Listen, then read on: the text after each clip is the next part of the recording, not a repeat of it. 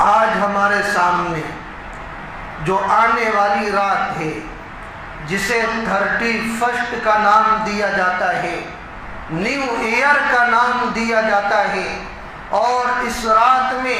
سال نو کے نام پر جشن منایا جاتا ہے، یہ در حقیقت آپ صلی اللہ علیہ وسلم کے اکرام کے خلاف ہے۔ جو میرا موضوع ہے اسی کی یہ مناسبت ہے۔ اکرام کے خلاف کیوں ہیں؟ وہ اس وجہ سے کیونکہ آپ صلی اللہ علیہ وسلم نے سال نو پر جشن منانے کا حکم نہیں دیا۔ جب آپ علیہ السلام کی تعلیمات کا حصہ نہیں، آپ علیہ السلام نے اس کا حکم نہ دیا، اس کے باوجود اگر ہم مناتے ہیں تو یہ آپ کے اکرام کے خلاف کام کرتے ہیں، تعلیمات نبوی کے خلاف کام کرتے ہیں، اور سال نو پر جشن منا کر گویا ہم اللہ اور اس کے رسول سے آگے بڑھنے کی کوشش کرتے ہیں کہ جس کا حکم شریعت نے ہمیں نہیں دیا ہے ہم وہ چیز بجا لائیں گے، ہم اس چیز پر عمل کریں گے، تو پھر یہ ایمان والے کے لیے تو بڑی بدقسمتی اور محرومی کی بات ہے۔ تو سال نو پر جشن منانا یہ شریعت کا حصہ نہیں۔ 1400 سال پہلے آپ صلی اللہ علیہ وسلم نے ہمیں اس سے منع کر دیا ہے، من احدث فی امرنا ھذا ما لیس فیہ فہو رد،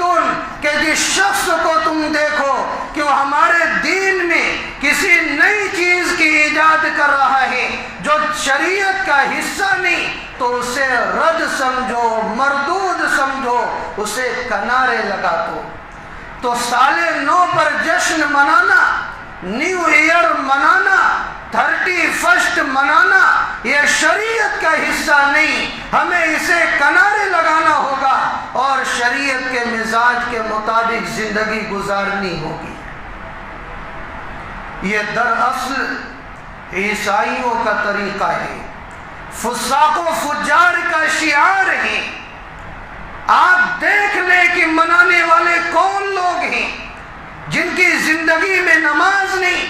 جن کی زندگی میں روزہ نہیں، جن کی زندگی میں حج نہیں، جن کی زندگی میں زکوٰۃ نہیں، جن کی زندگی میں للہیت نہیں، جو خشیت الہی سے سرشار نہیں، وہ لوگ اس کو مناتے ہیں۔ یہ فساق و فجار کا شعار ہے۔ اور سن لو، آپ صلی اللہ علیہ وسلم نے ارشاد فرما دیا ہے، من تشبہ بقوم فہو منہم، جو شخص جس قوم کے ساتھ مشابہت اختیار کرے گا اس کا حشر اسی کے ساتھ ہوگا۔ اگر ہم نے سال نو پر جشن منایا، فساق و فجار کی عادات کو اپنایا، تو اللہ نہ کرے ہمارا بھی شمار انہی لوگوں میں ہوگا جیسا کہ آپ صلی اللہ علیہ وسلم کا یہ ارشاد گرامی ہے۔ اور آپ کو معلوم ہے کہ اس رات میں ہوتا کیا ہے، سال نو کے نام پر کیا کیا جاتا ہے؟ بے حیائی اور بے پردگی کا سیلاب امڑ کر آتا ہے، شراب نوشی کی جاتی ہے،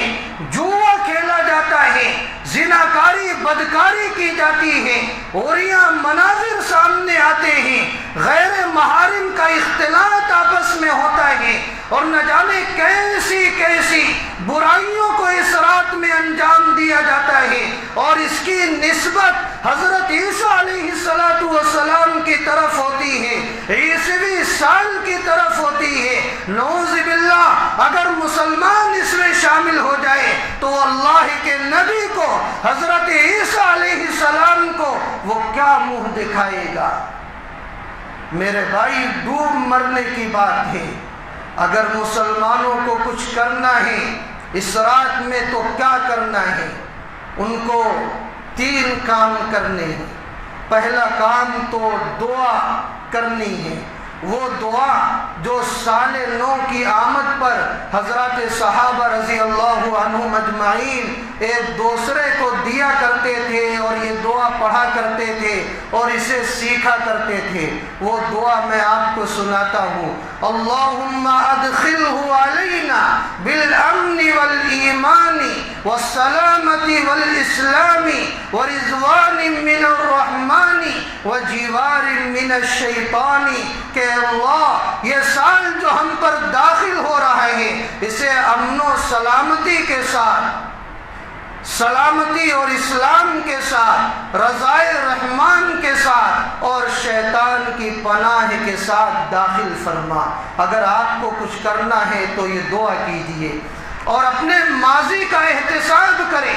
کہ جو سال گزرا ہے کتنا اللہ کی نافرمانی میں گزرا ہے، کتنا اللہ کی فرما برداری میں گزرا ہے۔ اگر نافرمانی میں گزرا ہے اللہ سے توبہ کرے، فرما برداری میں گزرا ہے اللہ کا شکر بجا لائے، اور تیسرا کام یہ کریں جو آنے والا سال ہے اس کے لیے لاہ عمل تیار کرے کہ میں اگلا سال کیسے گزاروں کہ اللہ راضی ہو جائے، اگلا سال کیسے گزاروں کہ میری آخرت کامیاب ہو جائے۔ میرے بھائی یہ جو سال گزرا ہے ہماری زندگی کا ایک سال کم ہو گیا ہے، وہ بھی غفلت کے ساتھ کم ہوا ہے، سستی کے ساتھ کم ہوا ہے، اتنی بے غیرتی، اتنی بے شرمی کہ زندگی کا سال کم ہونے پر ہم خوشیاں منانے والے بن جائیں، جشن منانے والے بن جائیں، ایسے لوگوں کی حوصلہ افزائی کرنے والے بن جائیں